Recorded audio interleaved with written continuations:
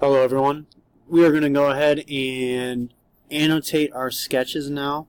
From the previous video that we did, I placed our trapezoid into the drawing file. So I have my front view, I have my top view, and then I also have my side view of my trapezoid, along with my isometric drawing of the trapezoid as well.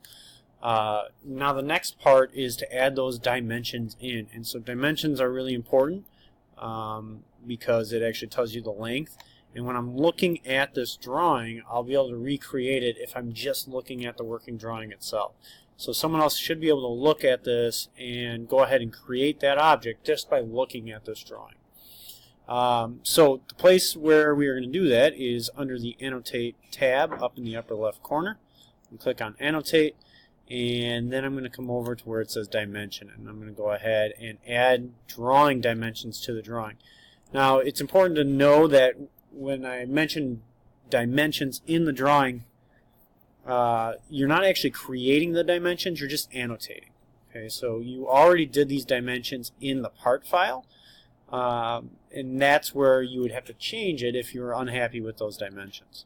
Okay, so the key with dimensioning is, first of all, we only are going to dimension on the orthographic part of the drawing, so that's either the top view, the front view, or the side view. We are never going to dimension and put those annotations on the actual isometric drawing itself. Okay, so this one is going to stay how it is, and you're not going to add anything to that. So important dimensions, I'm going to go ahead and click where I want the dimension added. So I'm going to click on the line, I'm going to drag down, and then I can just go ahead and hit OK. And that will add that dimension in there. Okay. Like I said earlier, you want to make sure that you add as many dimensions that are needed, but at the same time you don't want to over dimension the sketch either. One of the things you want to avoid, is that you want to avoid clicking on this green dot if it's in the center. Okay, so if I click on that green dot, notice when I drag up, I'm not getting the dimension to show up. So I'm just going to escape out, and I'm going to go ahead and redo that. So now when I click here, I can get those dimensions. Height is important, so I want to make sure I include height in. And I'm just going to go ahead and keep clicking on the different things that are important to the sketch. So with the top view, this depth part is going to be important. I haven't done that yet.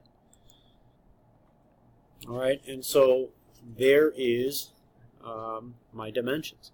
And so you are going to be using this dimension tool and annotating your sketches, so other people are going to be creating your shapes as well.